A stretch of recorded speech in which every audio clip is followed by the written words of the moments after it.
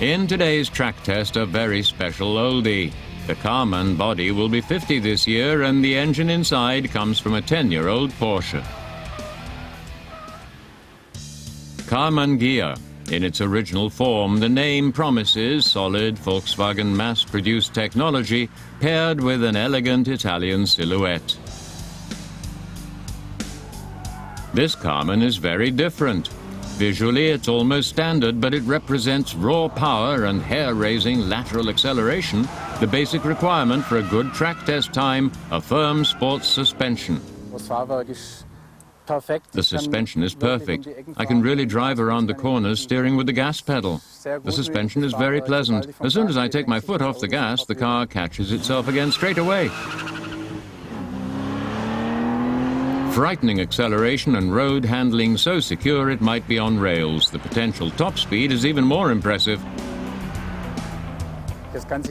No one can imagine what it's like to drive a Karmann at 300 kilometers per hour, but you can, and you can do it safely. You feel at ease. I've driven that fast in other cars too, and there's really no difference.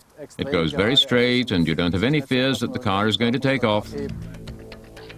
For a former top speed of 150 to 300 kilometers per hour, a swift attack.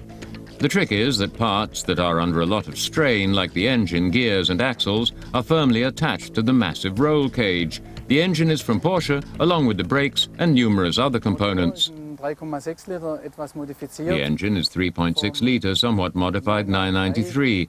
There are various technical modifications like a cup suction unit, various parts from the 993 RS and so on, and that takes us to 320 horsepower. 320 horsepower brings a smile to Jochen Bader's face, but it's almost too much for the narrow test track. You need an experienced driver to keep this silver bullet on the track. Luckily, the engineer has already clocked up many kilometers in his race car. I have more than 10,000 kilometers on the clock, and a great many of those kilometers have been extreme driving like today, and I've yet to have any problems. Fill up, check the oil, and that's it. No hesitation on the gas pedal. The race for the best time begins.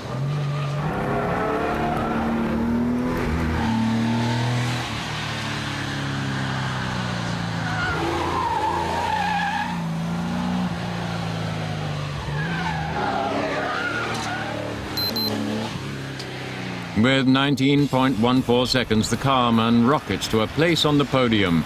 Jochen Bader takes stock. The Karmann is almost a shade too heavy, and in fact too powerful, so at the start it was a bit like being fired out of a cannon.